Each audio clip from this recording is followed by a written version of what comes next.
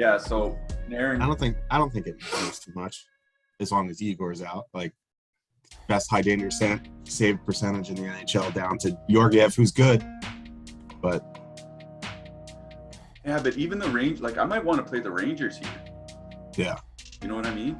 If Panarin's back, maybe I hope they leave Lafreniere up there and just move Gaudreau to. I want my Rangers 3 tonight.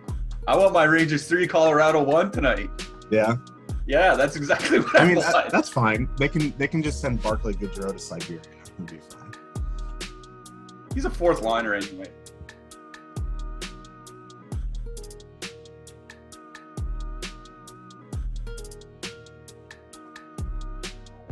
Good morning, good afternoon, or good evening, whenever or wherever you're watching or listening. This is the Awesemo NHL DFS Strategy Show, and I'm your host, Michael Clifford, aka Slim Cliffy. Joining me for the next hour to talk about how much Jack Hughes is too much Jack Hughes, our single entry assassin, Mr. Joshua Harris. Josh, how you doing today, buddy?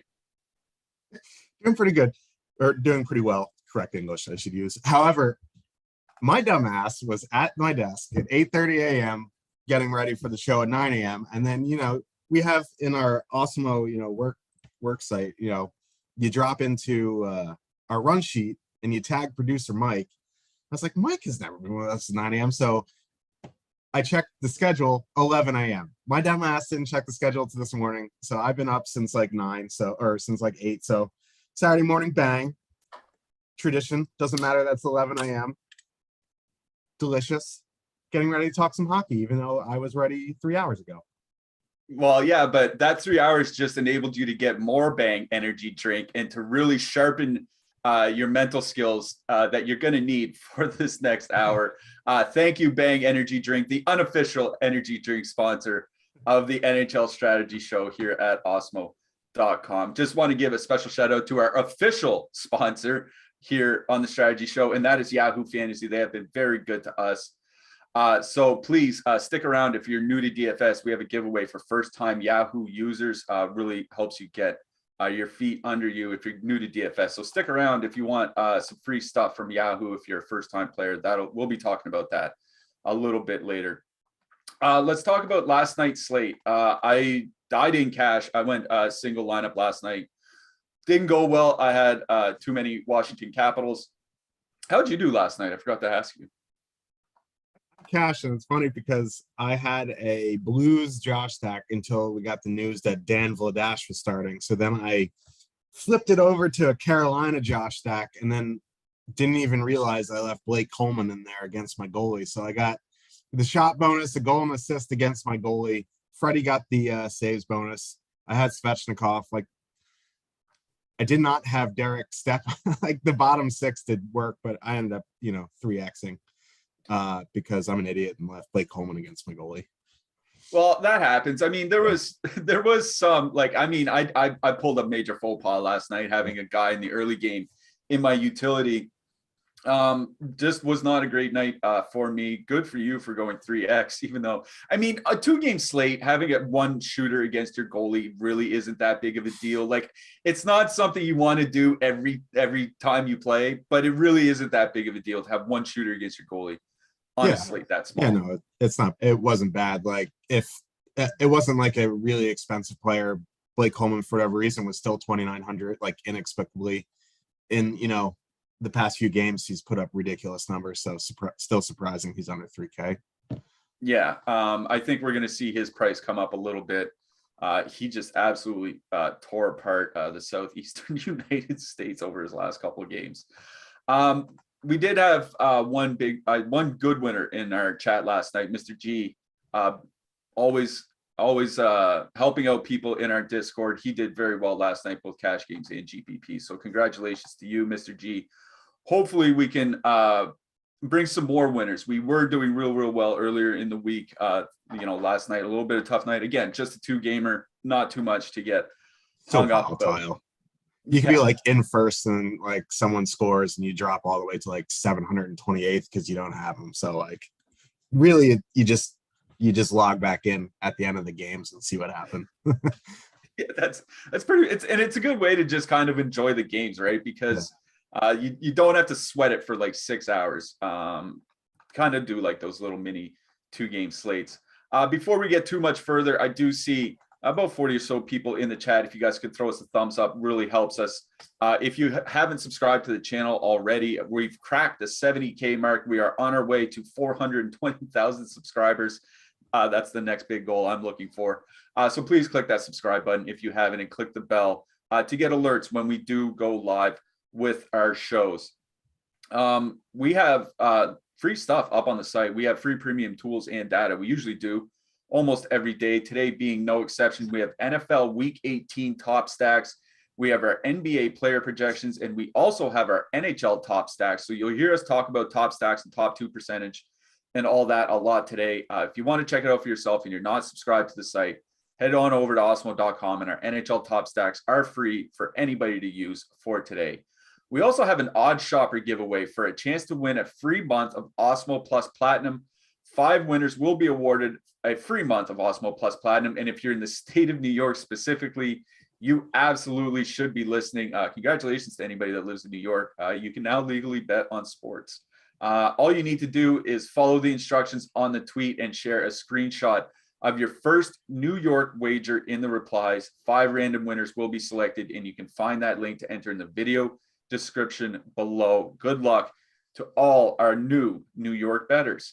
All right, let's get to these games. Our first game is Boston with a 2.7, Boston with a 2.5 implied goal total going into Tampa. Tampa has a 3.1 implied goal total.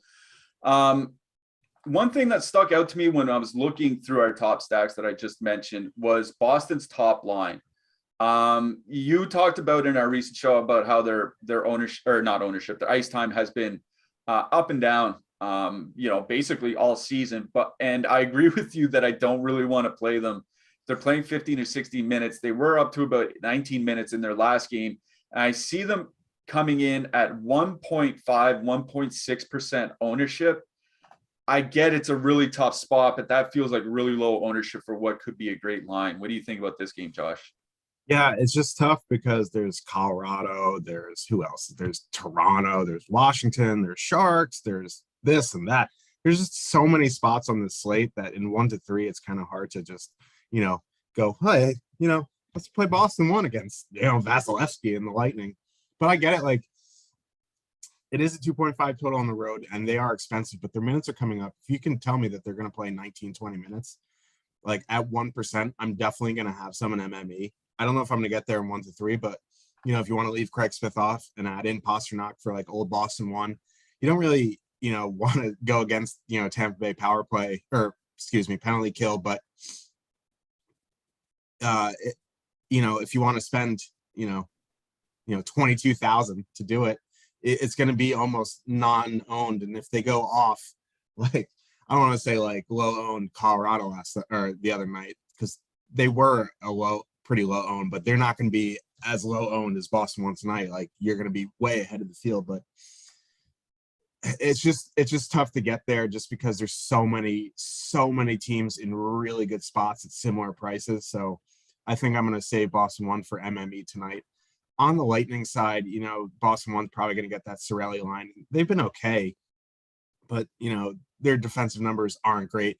I do really like Tampa 1 here. They're going to get Boston 2, and they're coming in at 2-3%. So why play Boston 1 in a 2.5 total when you can play Tampa in a 3.1 total for just, 1% more ownership? Kucherov didn't do, they got there late, I would say, in their last game, but Kucherov's still underpriced. That line's still underpriced. So for 2-3%, I do really like Tampa 1. So maybe a little bit of Boston 1 and MME. I think I will consider Tampa 1 in 1 to 3. Yeah, I wanted to bring up Boston 1 because of that ownership. Like, they are one of our better leverage spots on the night as a top 3 line by leverage. So that's really why I wanted to mention them. But it was something that I mentioned in our chat.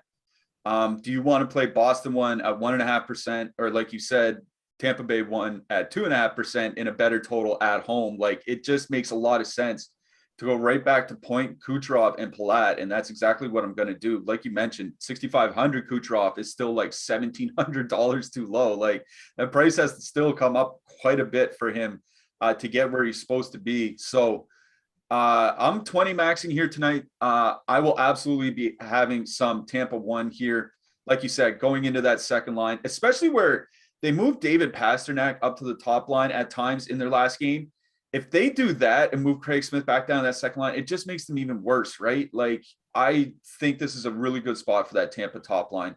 So I agree with you. Platt, Point, Kucherov here for me. On the Boston side, like you said, MME, Boston 1. I would just want people to keep them in mind because they do have one of the better leverage spots on our entire slate. On the blue line, I haven't seen anything yet with regards to Charlie McAvoy as of today. He was out of their last game. Matt Grzelcyk took over the top power play unit. Matt Grzelcyk probably makes a lot of sense here to me. 3,400 if they do something on the power play, but really, I think it's Brandon Carlo I would want to play. He's probably going to play a fair number of minutes, and he's absolutely in line for a block bonus. So what do you think about the blue lines here? Yeah, I prefer Carlo to Grzelcyk just because, like, are you really going to get much more from Grzelcyk because he's on the power play in a tough power play spot? You know what I mean? So I'd rather just one off Carlo. And then on Tampa side, again, it's McDonough Chernak for me. Yeah, well, we just have to mention Grzelcyk because if we don't, our Discord is just going to get very, very angry with us. You know that, right? So yeah, especially the people who are on the EMAC 2024 board. Seth, the guy who runs the campaign, he'll just kick us out. He'll ban us. So we want to still be a part of the campaign. So yeah, our obligatory Matt Grzelcyk mention. Yeah, exactly. All right, let's get to this next game. San Jose is going into Philly. The Sharks have a 2.9 implied goal total. The Flyers have a 2.8 implied goal total. Again, I haven't seen any news from the Flyers early so far yet today. They are missing a ton of players. Sean Couturier, Claude Giroux, Ryan Ellis, Travis Konechny, Travis Sanheim, Ivan Provorov. The list goes on and on. Like, they're missing a legitimate top line in Konechny, Giroux, Couturier, and a legitimate top pair in Ellis and Provorov. Not to mention they're missing more depth pieces beyond that. Like, there's a lot of guys out here. On the San Jose side, they're still missing Erik Karlsson, Jacob Middleton. Doesn't look like Logan Couture is going to be back. I think they said he's still stuck in Canada. I don't know what to do about this game because I'm pretty high on the San Jose top line, but Alex Barabanov sucks. And it really just drags down that entire line. And I get that he's reasonably priced. Like, he's not going to kill you at 3,500 if he only puts up like a couple shots or something like that. But I'd way rather have Jonathan Dahlen or someone else. Like, I'd take Nick Bonino at this point, honestly. I still like them because I think they can be a good line, and Philly's so depleted, but maybe you have a different take on this. I mean, I was looking for reasons to not play San Jose 1 tonight. And then as I scroll down into the lineup builder, I see Martin Jones confirmed for tonight. So, I mean, we should mention we have them at 15% ownership too. That's the problem. You know what I mean? Like, I played them last slate. I left Barabanov off because, like you mentioned, he sucks. But then I put in Burns and he sucks. So, like, what do you do here? Like, Jonathan Dahlen isn't even on power play 1, so it's not like you could just swap him in. I guess you could do something like Hertl, Meyer, Ferraro. If you want to go full San Jose 1, I think that's perfectly fine. The problem is, like, ownership does concern me. Timo Meyer's 8,100, Hertl's up to 6,500. Like, there is similarly priced lines and higher totals in better spots.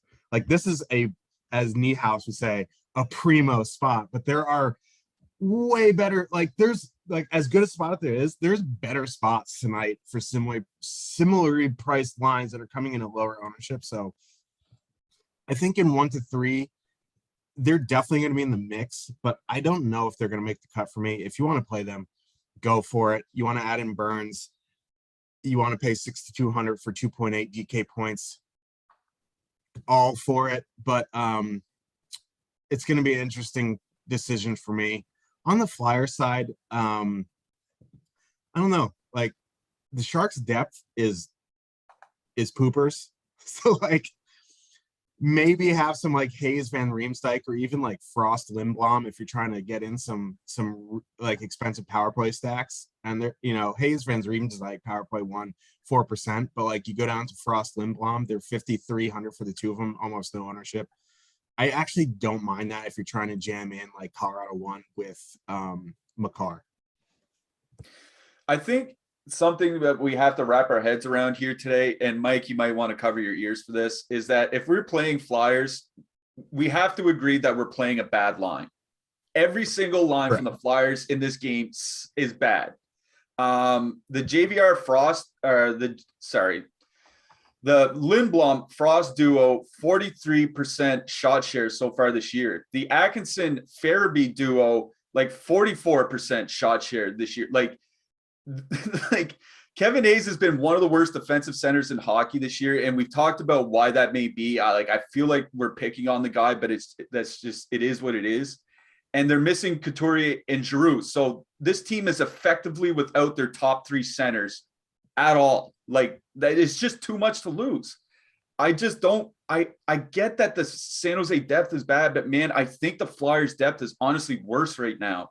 Yeah. Like, I think I would rather play like Benino Nieto or Dahlin Gregor two-man or something like that. Like Dahlin Gregor, at least we get some power play minutes. They've at least played well at times this year, which is not something you can say about most players in this game that aren't on the top lines.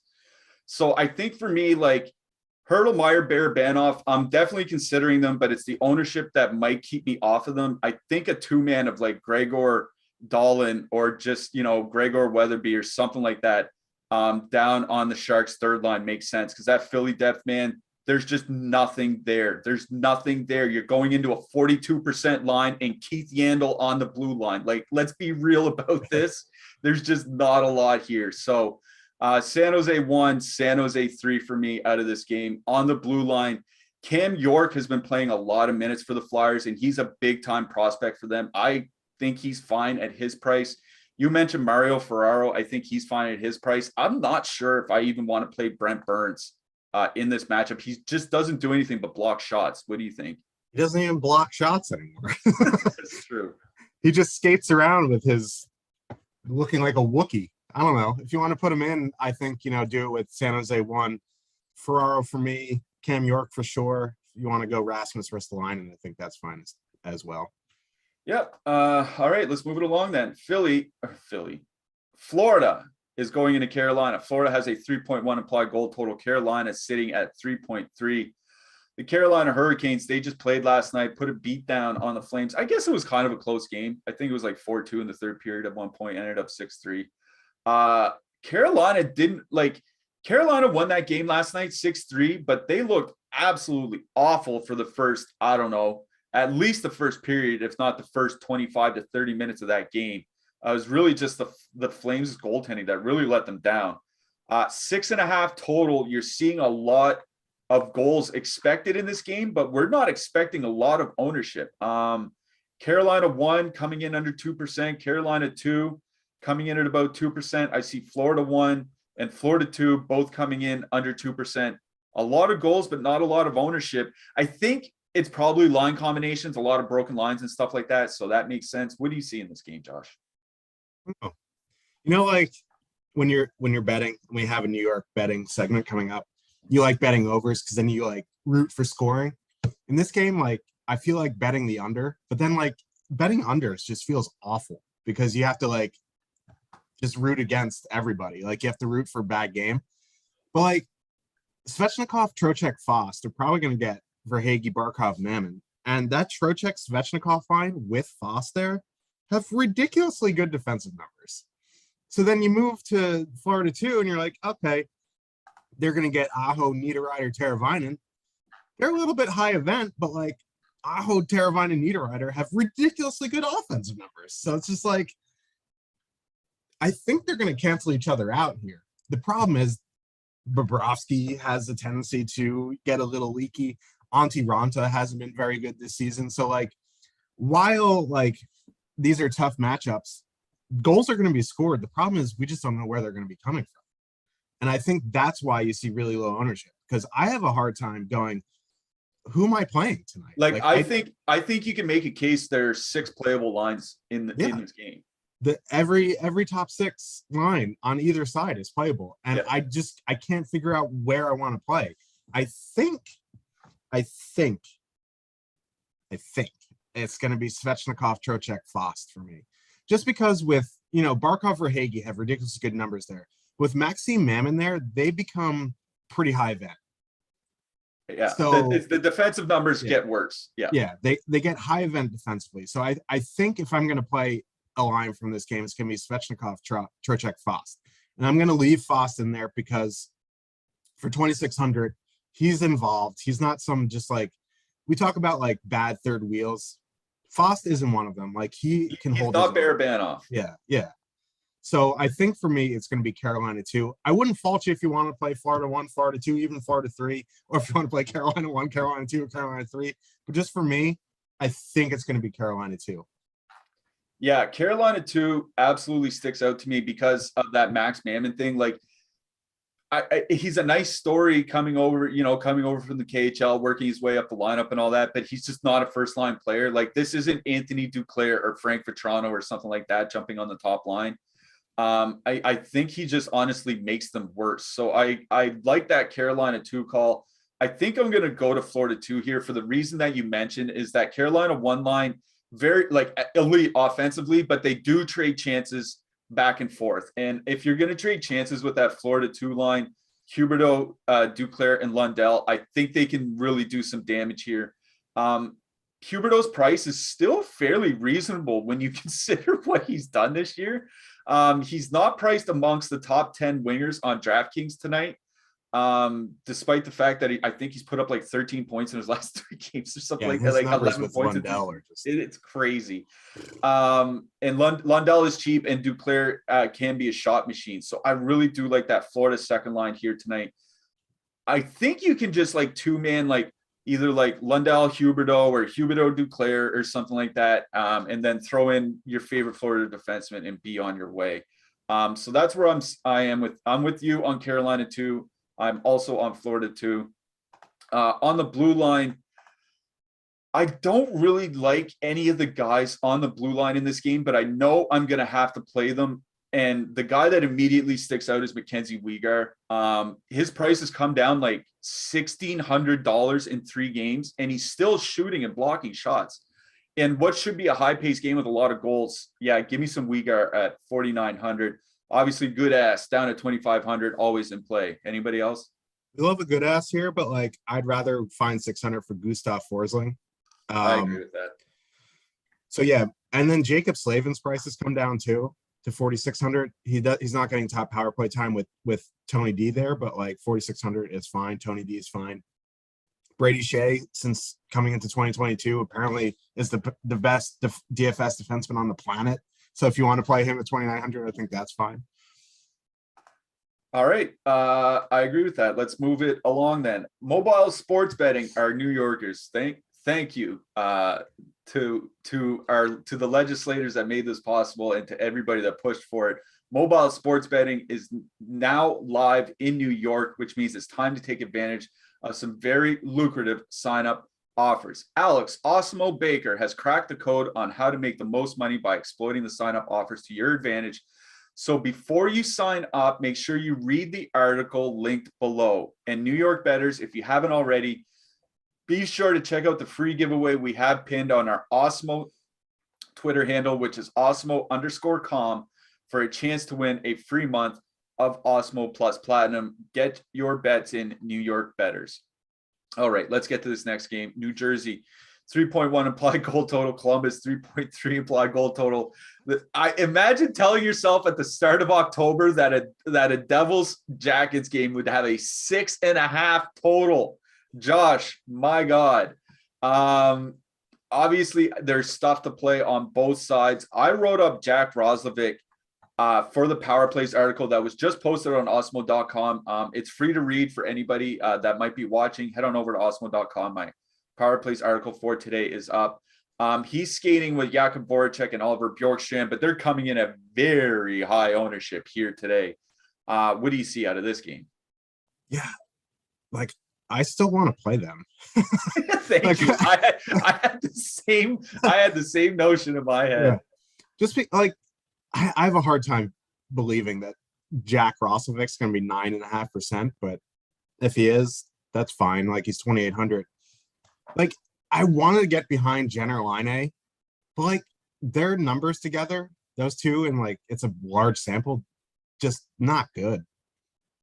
I don't know if Line has good numbers with anybody That's he's ever played with.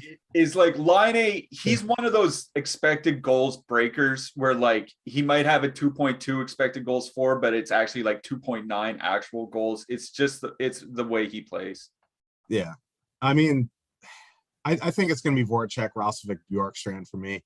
Like, numbers aside, like I'm a Roslovic guy, I'm a Bjorkstrand guy, so like I'm just going to gravitate there anyway. And like Bjorkstrand at 4,900 when he was up in the 7Ks earlier this year is just like, yeah, like you don't have to full stack. You can 2-man Roslovic Bjorkstrand for, 7,700, and it still lets you get in some power play stacks. You want to play Jenner Line, go for it. But, it's Columbus 2 for me. Yes, Niehaus primo spot is not a Haas trademark. It should be. What are you doing? You've been saying primo spot for 5 years. Contact the trademark people. Come on, Haas. Anyway, so Columbus 2 for me.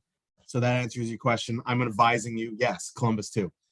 And also, you go to the devil side, 7% for, New Jersey 1 is perfectly fine here. Tatar's up to 3,400, but that's still fine.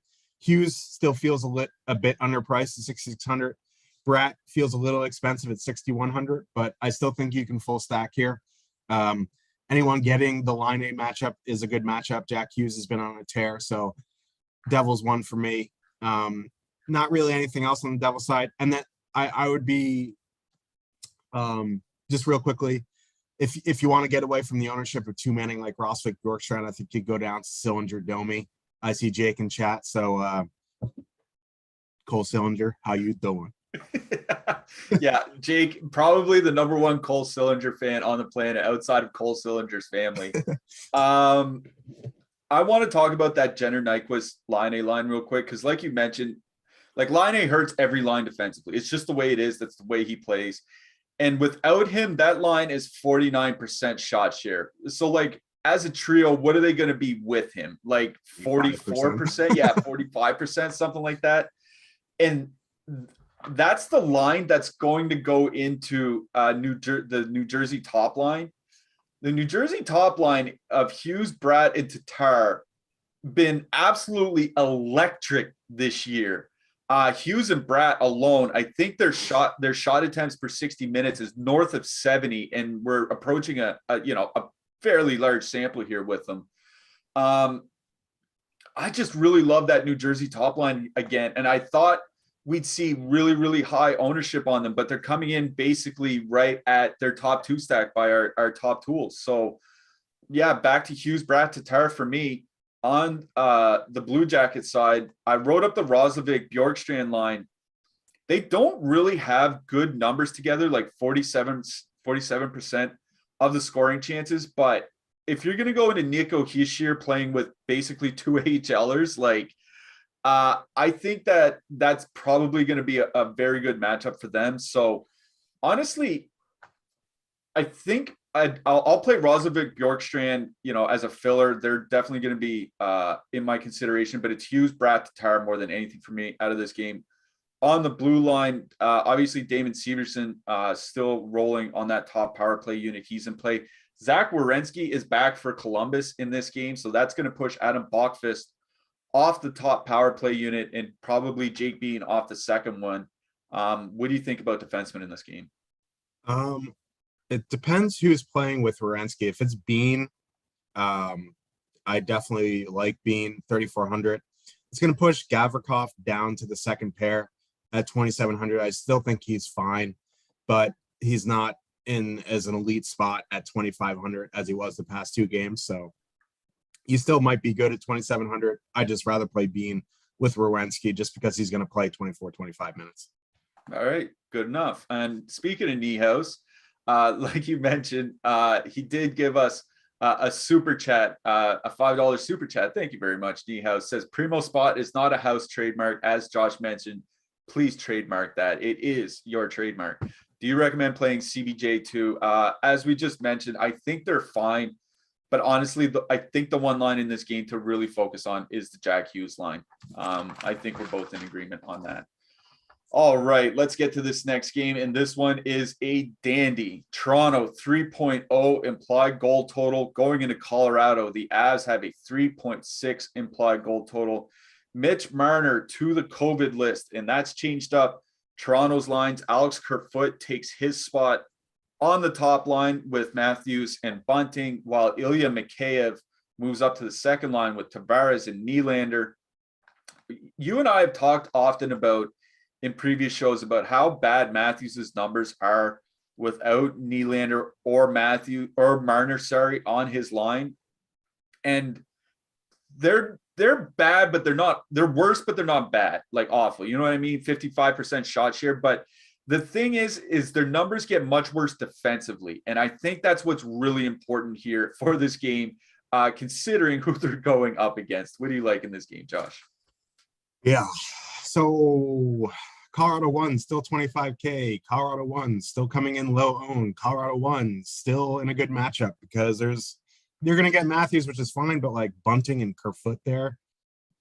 Like, I rag on Marner and he sucks, but like him and Matthews have really good numbers together.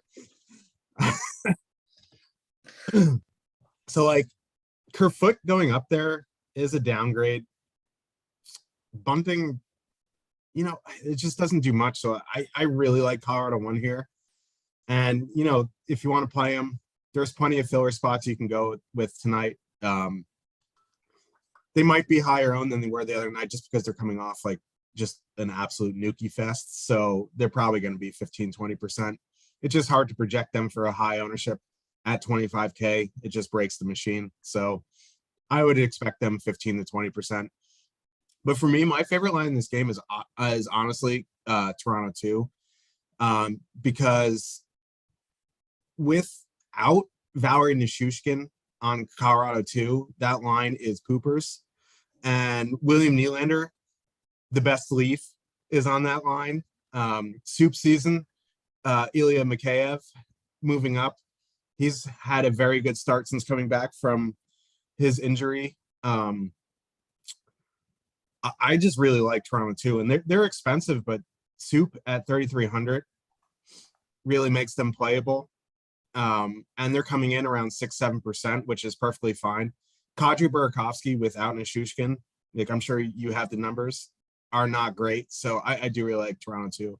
So Colorado 1, Toronto 2. If you want to play Matthews, like he's coming in right now 14-15%. I think this is a good spot to fade him, which just locked in a massive game for him. But Colorado 1, Toronto 2. That's the thing, man. It's like I rolled into the slate knowing that Mitch Marner was out, and I was like, I have no interest in playing Austin Matthews. And whenever I have no interest in playing Austin Matthews, kaboom. It's always in the back of my mind that he's going to absolutely bust out tonight. But I agree with you. Not a lot of interest in Austin Matthews. Like I mentioned, they only control 53% of the scoring chances when he's on the ice without Marner and Nylander. That's not very good for one of the most elite players in the NHL, right? So I agree with you down on the second line. Those numbers without Nichushkin, I wrote about it in the Power Plays article. 59 to 60% shot share with him, 54% without him, 15% more scoring chances allowed without him. So yes, he does make a fairly significant difference. So I think if you're going to full stack any Toronto line, it is that second line. I agree with you on the Toronto top or on the Colorado top line. I think you can you don't have to necessarily 3-man them. I think you can get away with a 2-man stack. It is really expensive to 3-man them. So you do have to have a good secondary stack or good cash game plays or something to go with them. But yeah, I absolutely love that Colorado top line. No surprise here going into a very weakened Toronto top line. And I do like the Toronto second line in return. On the blue line, I don't know if there's anybody that'll ever stick out for me on the Toronto side ever again. I guess Somebody like Justin Hall can probably get hit by 3 shots tonight and get us the block bonus over on DraftKings. Sam Girard all the way down to 4,200 kind of interests me for Colorado. What do you think here? Yeah, I think it's, outside of correlating, it's going to be Girard or Hull. That's probably about it. It's like, if you want to play Devin Tays with Colorado 1, that's really expensive. Like, if you can't get to McCarr, Tays at 6K maybe makes some sense because he plays a ton of minutes. He plays with Colorado 1. It may make that 4-man really unique, but it's just really expensive. Yeah, no matter what you do, unless you're digging way down in Colorado, it is expensive. But tonight, it could very well be worth it. We have partnered with Yahoo Fantasy this NHL season to bring you some great offers. Check out our exclusive limited time offer, which gets you 1 free month of Awesemo Plus Platinum. To qualify, you need to be new to Yahoo, sign up for an account via the link below, deposit and play. That's it. Yahoo will send us your name after you've played in your first paid contest, and we will reach out to you with your coupon. If you need immediate access, email support@awesemo.com and we'll get you set up right away. You can also claim a free $10 of site credit by clicking the link in the video description below, and that can be used to enter any Yahoo contest, including Sunday's $1 million NFL baller and Saturday's $50,000 NFL baller. Make sure to use our DFS tools and projections designed specifically for Yahoo to give yourself the best shot at winning big. All right, we've got half the slate down, half the slate to go. Washington, they're going into Minnesota. Washington played last night. We should mention that. They have a 3.2 implied goal total going into Minnesota. The Wild have a 3 implied goal total. Washington did play last night. There might be some thought about Backstrom or Oshie coming back. I don't think they are. I think they're out for this weekend. So expect basically the same lineup to be run back. Minnesota is missing a lot of players. Joel Eriksson out, Jonas Brodin out, Jared Spurgeon out. They're basically missing their top pair and their shutdown center. That's a lot. And this is a team that we talked about before. Their penalty kill is really starting to fall off the map over the last month or so, and they take a lot of penalties. I looked at our projections, man, and Ovechkin is projected for over 20% more points than any other winger on DraftKings tonight. So I think I might be getting on the Caps train. What do you think here? Yeah, I don't even know, because Kaprizov's out. I don't even know who's going to match up against Ovechkin tonight. Probably Hartman, right? I think so, but I don't know with the way that the Wild have their lines now with all these injuries. Like I could see Sturm and Gaudreau just being fed to the top line. Yeah. I mean, it doesn't really matter because I don't know. There's not a matchup I'm worried about on the Minnesota side. Yeah. I mean, the thing that jumped off the page for this, because Fiala is jumping up to the top line with Zuccarello and Hartman, is their ownership. It's 20 in the 20s, and it's just no. In theory, that line will be good, but it feels like without Kaprizov, that line's not going to be as good just because Hartman and Kaprizov numbers together have been electric. Yeah, Fiala's good, but he's not Kaprizov. Let's pump the brakes there. Zuccarello is a nice player. I just don't want to pay that price for 20%. Yeah, Capitals are back to back on the road with probably Zach Fucali in that, but I don't know. It just feels bad stacking Minnesota 1 without Kaprizov. So I think for me on the Minnesota side, if Hartman gets Kuznetsov and whatever, I actually don't mind Boldy, Rossi, Foligno as a filler if you're trying to get in Colorado 1. These guys are highly touted prospects. They look pretty good the last game, and they ended up coming together for a few shifts. Boldy scored on the power play, I believe. Rossi didn't look out of place. Marcus Foligno is Marcus Foligno. I don't know what to say about Marcus Foligno other than he's Marcus Foligno. It's like George Clooney in all of his movies. He plays George Clooney. But yeah, if you want to play Minnesota 1, that's fine. Ownership is going to take me off there. I like Minnesota 2 as a filler. And then on the Capital side, I think it's power play stack or bust for me. It's hard to stack lines for 5-on-5. So I think doing something depends if Tom Wilson's back. I think he is, right? Yeah, I believe so. Yeah. So if you want to full stack that top line, they're fully correlated. That's fine. you want to get some salary relief. You want to put in Sheary instead of like Kuznetsov or Sheary instead of Wilson. I think that's fine. But it's power play, stack or bust for me on the Capital side, and then Minnesota 2 for some filler. Yeah, I like something like Ovechkin, Sheary, Carlson, or something makes a lot of sense on the Washington side. Like I mentioned, it's a great power play matchup for the Caps. Whether you think not having Backstrom or Oshie really hurts their power play enough to fade them, I mean, that's up to you guys. I really do like that I really think it's just a great power play matchup for Washington, and they're coming in a very reasonable ownership. I think playing Washington 1 makes all the sense in the world here tonight. As far as Kaprizov goes, it's a good point that he really makes that top line go. I was looking at some stats while you were talking. He's the only Minnesota forward this year to be above average in both shots per 60 minutes and primary shot assists per 60 minutes, which are passes that lead to shots. Kind of shows that dual threat nature. He's the only player Minnesota has that has been above average in both respects so far this year. So, Matt Zuccarello, he can be a very good playmaker, but he's not really a finisher. Kevin Fiala can be a very good finisher, but he's not a playmaker. Kaprizov feels like the guy that would bring all that together. I think there are reasons to fade Minnesota 1.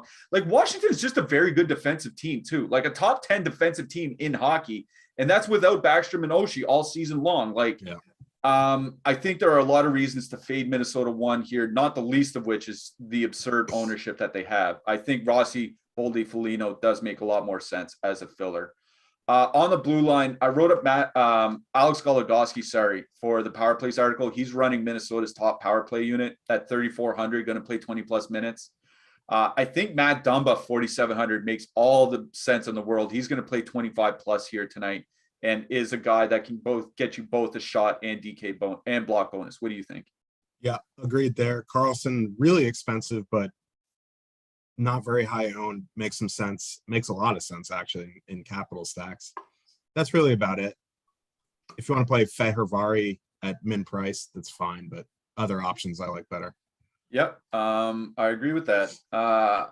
Let's get to this next game. I don't think there'll be a whole lot to talk about in this one, but there is one very obvious spot to talk about. Nashville, they're going into Arizona. Nashville has a 3.7 implied goal total. Arizona sitting with a 2.2 implied goal total. We were talking about it this morning, you and I, before the show. It feels like a Nashville one night again. Our early top 2 stacks has them coming in at good leverage. I have to imagine as that goal total keeps climbing, so will their ownership. So I think Nashville 1 probably comes in closer to 10% tonight, but even 10% feels fine in this matchup. What do you think, Josh? I just want to mention the other night on Thursday that Jake played a lot of Johan Larsson with Colorado 1. Absolute psycho, but we love to see it. That's why we love Jake. He's playing Johan Larsson, getting the Hattie. First 3 goals this season. You love to see it, Jake. You're crazy. Anyway, Nashville 1, 3.7 total on the road, but like 6-7% right now for fully correlated. Yeah, like we're gonna do it. Yeah, you want to add in Yossi? Yeah, we're gonna do it. Like we've been attacking Arizona all season, so why stop here in a good spot with a low-owned line, fully correlated? Like, yeah, we're gonna do it. So yeah, Nashville 1. Like, I guess we should say if you want to go to Arizona, it's gonna be Keller Schmaltz again. But like, I just have no interest in the Coyotes tonight. Yeah, I think for the Coyotes, I would just go right back to that Larson line, as maybe Jake would. The line has been good, is the thing. A 57% shot share line, Krause, Larson, and Kessel so far this year. I just don't know how matchup is going to break down here, because they did change up a lot of their lines through their last game, but they hadn't been taking a lot of top line matches lately. So Larson Kessel Krause, against the depth from Nashville, I think makes a lot of sense here. But I'm with you. We should mention they're going to come in over owned, but I mean, that's just going to happen when they're at home and they're so cheap. But I'm with you on Nashville one. Been one of the most consistent lines in the NHL this year. They're priced very reasonably on DraftKings under 18K. It allows you to throw in Yossi with them if you want, like you mentioned. So yeah, absolutely love Nashville one. I think you can get down to a bit of Nashville 2 here, or Nashville 3 here, sorry, if you want, because Nashville 2 is probably going to get that Kessel matchup, and actually the Kessel matchup is a bad one. So maybe, Cousins Jeannot or Citizen Jeannot or something like that. If you're playing super expensive Colorado, that would be a case where I'd use him. That'd probably be it. But Nashville one on the blue line, Yossi makes sense. He's the only guy that makes sense to me. Who else you got? Yeah, I see a lot of people in chat saying Granlund doesn't shoot enough. And yeah, that's true. And that's another reason to stack them, because people are going to leave off Granlund. Like 5,200 is fine. Like, this is a really good power play spot, and he's usually involved on the power play. So yeah, Yossi for me on the blue line. That's really about it. If you really want to, manifest some mayo, put your feet in some mayo and play Dyson, but like, that's about it. I mean, we should. I do want to mention Janice Mosier. Is it Janice or Yanis? I forget. Probably Yanis. But who am I to say? Yeah, it's just that Nashville takes a lot of penalties and has a really, really bad penalty kill. And Arizona has basically been running 2 split even power play units of late. So Moser 3K power play 2, going to get a decent amount of power play minutes tonight. I think he's a fine punty type player from Arizona. All right, let's move this along. Chicago 2.4 implied goal total going into Vegas. The Golden Knights have a 3.6 implied goal total. I'm going to be straight up honest with you, Josh. I have no interest in Chicago. Nothing, like zero. Maybe something like Connor Murphy on the blue line or something like that. Basically it. For me, this is a Vegas game. I wrote up Vegas one, or I should say the Marchessault line in the power plays article. A big reason for that is this is a great power play matchup for them. Chicago's penalty kill is bad. I like the Marchessault line here. What do you like? Yeah.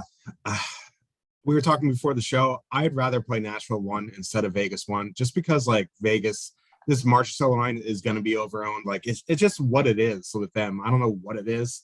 Yeah, I think it's price driven. Honestly, I think because they were like 17K or something like that recently. Remember, Marchessault was like over $7,000. Yeah. Now they're down to 15.8, and that seems reasonable. Yeah. So if you want to play them, go for it. Like for me, I really like the Dadonov Stevenson Stone line. They're not like great defensively, but it doesn't matter. We're not playing them for defensive prowess. Yeah. They're fully correlated on the second unit, and like Vegas splits their units. It's not like the teams that pump out 2-minute power play units. So they're not great offensively without Pacioretty, but like people sleep on Stevenson. Stone is still a very good player. They're coming in half the ownership. They're still going to get a great matchup. They're going to get power play time. So I think, if you want to play the Marchessault line, listen, go for it. I just have a bad bias against them. I'm going to dip down to that Dadonov Stevenson Stone line. They're similarly priced. They're coming in less ownership. They get power play time. So that's where I'm at in this game. Yeah, I want to go with the Marchessault line just because I think they're better on the power play than the Stevenson line, and that's where I'm focusing here is the power play matchup. But really, either of the top 2 Vegas lines are perfectly fine here tonight. They are very differently priced. Like there's over $2,000 separating them, so they're not really in the same tier of lines either. You know what I mean? So I think both lines definitely in play. On the blue line, I mentioned Connor Murphy. I think he's fine at 3,500. Vegas should get a lot of shots off here tonight. Same thing with Calvin DeHaan down at 2,700. Shea Theodore is going to be in my power plays article for 5,500. We have him, I think, the second highest projected defenseman on the slate tonight. The highest projected defenseman being his teammate Alex Pietrangelo. So obvious spots here. Anybody else stick out? Not really. If you want to punt Braden McNabb, that's fine. But it's the big boys on Vegas, and it's the Hans and Murphys for Chicago. Yep, I can agree with that. Get access to all the great Awesemo Plus tools and content for nearly every DFS sport out there with an Awesemo Plus weekly pass for $95. This includes full access to all their premium content and tools on Awesemo.com, including player projections, ownership projections, our premium Discord, our lineup builder, and a whole lot more. If you're a new user of Awesemo Plus Platinum, then you can take advantage of the promo code we have for this show, which is NHL Strategy Show, all capital letters, all one word. That's NHL Strategy Show for 25% off your first week of Awesemo Plus Platinum. You can find the link to activate this coupon in the description of the link of the video below. Of course, if you're looking to only play NHL DFS, then you can sign up for one of our Awesemo Plus NHL packages for as low as $3.95 a week. Stop guessing, start winning, join Awesemo Plus today. All right. Just want to give another special shout out to our sponsor, Yahoo. They've been very good to us. For first-time Yahoo users, we have a deal for you. Just check out the description below. We have 2 games left to get to. Let's get to this first game. The first game is the New York Rangers going into Anaheim.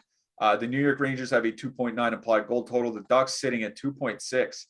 We were mentioning before the show, we think that implied goal total might come up a bit because these were the implied goal totals as of about an hour ago, which would have been about noon, 11 a.m. Eastern. And we're getting a bunch of information about a lot of Ducks players returning tonight, namely Ryan Getzlaf and Trevor Zegras. I think we might be interested in the same players here. Josh, what do you think? Yeah, so we talk about it with the Ducks, like they're a good team when fully healthy. When they're not and have to move parts around, it gets a bit messy. So Getzlaf being back, Zegras being back, huge for the Ducks here. The Getzlaf, Terry, Comtois line, if that's what the line is going to be. They're going to get Zibanejad, Kakko, Kreider. Tough matchup. Like Kakko being up on the top line has been very good for Rangers. They kind of, Rangers coming in at like 13% is a bit wild to me. Like, I think that might come down with this new Ducks news. Yeah. Oh yeah. There's going to be ownership going to the Zegras line for sure. So like the line that really sticks out for me, if Zegras is indeed back, is Milano, Zegras, Raquel.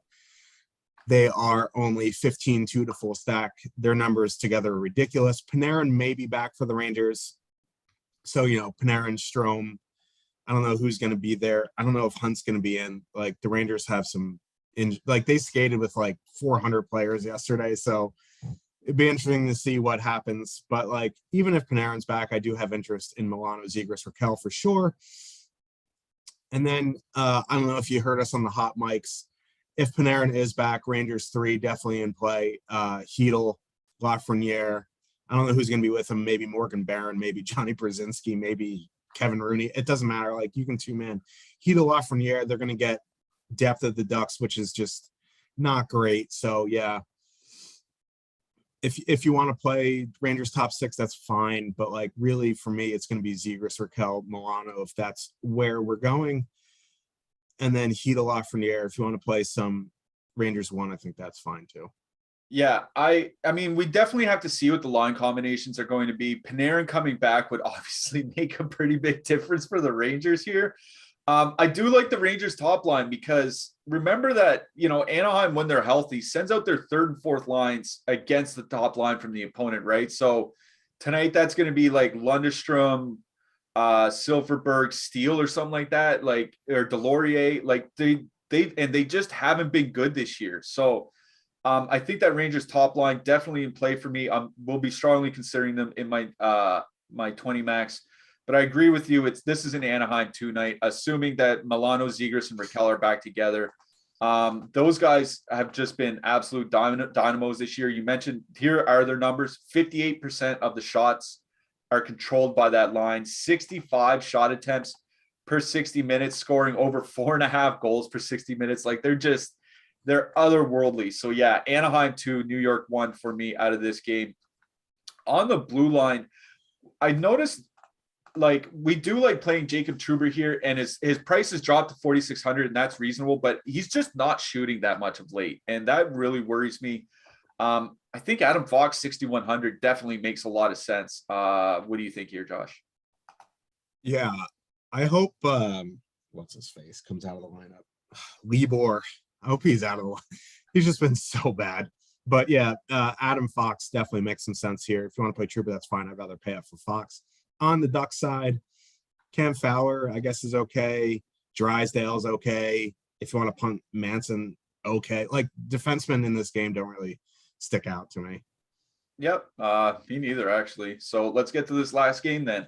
Detroit 2.5 implied, or yeah, Detroit 2.4 implied goal total going into Los Angeles. The Kings have a 3.0 implied goal total.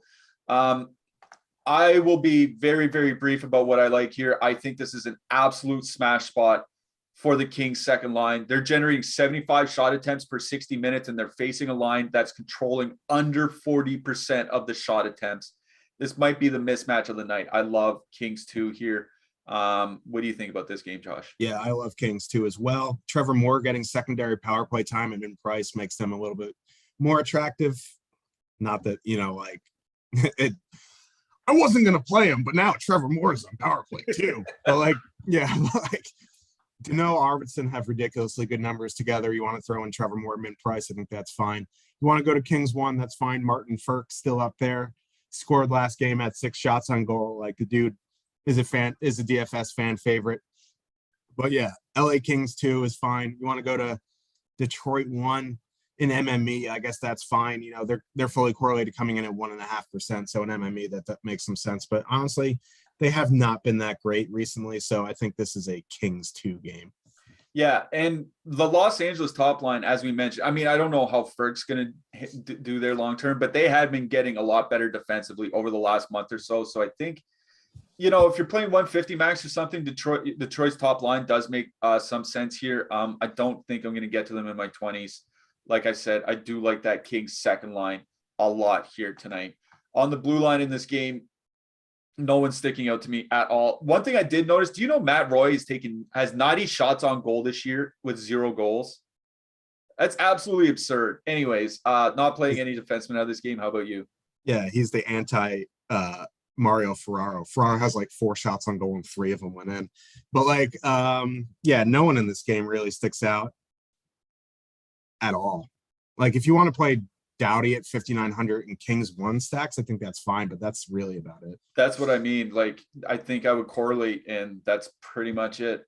All right. That will do it. For this show. We do have a bunch of shows coming up for the rest of the day here at Awesemo. We have the NFL strategy show coming up in 30 minutes with Greg and Neil. We have the NFL prize pick show at 1:30 Eastern, and then the NFL double dose with your deeper dive and live before lock starting at 2:30 Eastern, and then your NBA double dose of deeper dive and live before lock starting at 5 o'clock Eastern. So NFL and NBA going to be carrying us through the rest of the day. Josh, I'm going to ask you for your hat trick picks and your goalies. My hat trick pick for tonight is Timo Meier. One goalie I love is Alex Nedeljkovic. That just absolutely completely blanked me there for a second.